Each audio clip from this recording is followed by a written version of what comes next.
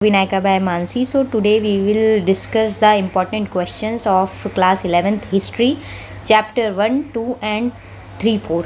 इन चारों चैप्टर्स के important questions है और सारे इंपॉर्टेंट टॉपिक्स इन्हीं क्वेश्चन से आपको समझ आ जाएंगे कि आपको प्रिपेयर करने बहुत ज़्यादा ज़रूरी है किसी भी एग्ज़ाम के पर्सपेक्टिव से, चाहे वो हाफ ईयरली हो, चाहे वो एक पीरियोडिक टेस्ट हो या फिर वो एनुअल एग्ज़ाम्स हो। आपके ये इंपॉर्टेंट क्वेश्चंस हैं इन रिस्पेक्टिव चैप्टर्स के। सो डिस्कस करते हैं। सारे चैप्टर्स के इकट्ठे में लिखे हुए हैं सीक्वेंस में, फर्स्ट चैप्टर के, then second, then third, then fourth. कुछ एनसीईआरटी के भी है इसमें इंक्लूडेड और कुछ एक्स्ट्रा भी है। अगर आपने मेरी वीडियोस देखी हुई हैं तो आप ये क्वेश्चंस आंसर कर सकते हो। आप नोट्स को रेफ़र कर लेना।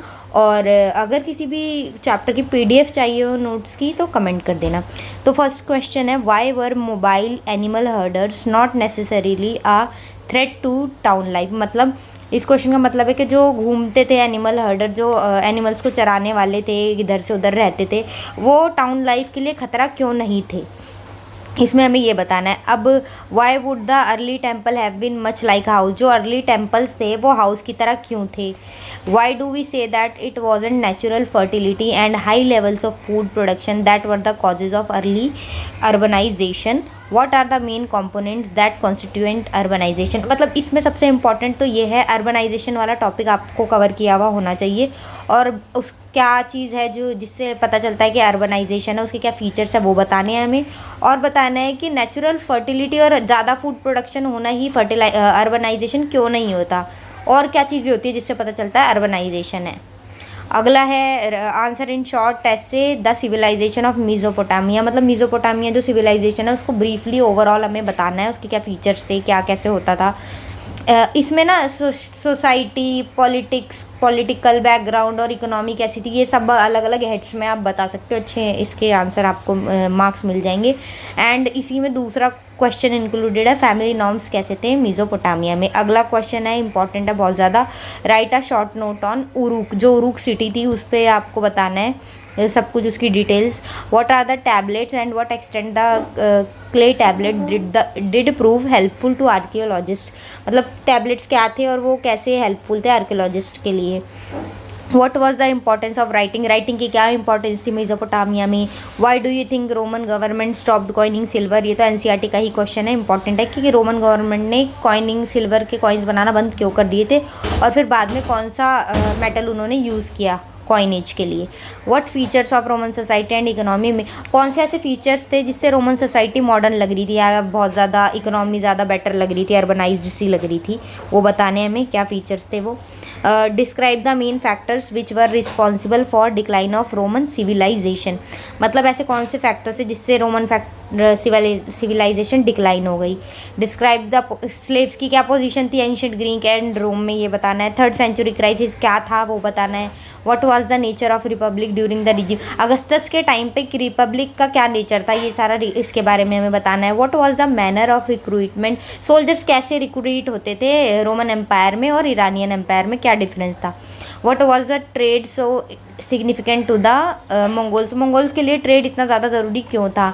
Y did Genghis Khan feel the need to, अच्छा जंगेज़ खान को ये क्यों नीड फील हुई कि मंगोल ट्राइब्स जो है उनको मैं थोड़े से चेंजेस लाऊं उनमें, मिलिट्री ग्रुपिंग जो उसने चेंजेस किए थे ना वो क्यों किए उसने। Major sources of Roman history के सोर्सेज क्या थे, कहाँ से हिस्ट्री के बारे में पता चला। प्रिंसिपेट का क्या मतलब है वो बताओ। Describe the main features, family life कैसी थी रोमन सोसाइटी में वो बताना है हमें। और लेट एंटिक्विटी जिसे हम पीरियड को बोलते हैं उसका क्या मतलब है, क्या ऐसा उसमें हुआ था, वो चेंजेस क्या हुए वो बतानी है। Why would have Mongols defeated, Egyptian military से मंगोल्स क्यों हार गए थे। Discuss the political setup, nomadic empire में पॉलिटिकल सेटअप कैसा था पहले तो ये बताना है। और दूसरी बात, जब नए जंगीज़ खान मर गया था उसके बाद न्यू पॉलिटिकल ट्रेंड्स क्या थे वो बताने हैं। Do you understand why Genghis Khan did have an identity, मतलब जंगीज़ खान की आइडेंटिटी एक कॉन्करर की थी और एक ब्रूटल मर्डरर की थी, ऐसी आइडेंटिटी उसकी बन चुकी थी जबकि वो एक बहुत बड़ा ग्रेट लीडर था। क्यों इसकी इतनी गंदी इमेज भी थी इतना बड़ा लीडर होने के बाद, ये आपको बताना है। What had ensured creating so vast empire, मतलब इतना बड़ा एम्पायर मंगोल्स ने कैसे बना लिया, क्या क्या उनकी क्वालिटीज़ थी जो वो इतना बड़ा एम्पायर मेंटेन कर पाए, एडमिनिस्टर कर पाए, वो बताना है यहाँ पे। और यासा से आप क्या समझते हो ये बताना है, और यासा का मीनिंग 4 सेंचुरीज़ में कैसे चेंज हुआ वो हमें एक्सप्लेन करना है। यहाँ बताना है जो मोंगे जो था ग्रैंड सन ऑफ जंगीज़ खान, उसने फ्रेंच रूलर लुई 9 को जो वार्निंग दी थी वो बताना है, क्या वार्निंग दी थी और उसकी हिडन इंटेंशन क्या थी। और बताना है अर्ली फ्यूडल सोसाइटी जो थी फ्रांस की, उसके फीचर्स बताने कैसी थी।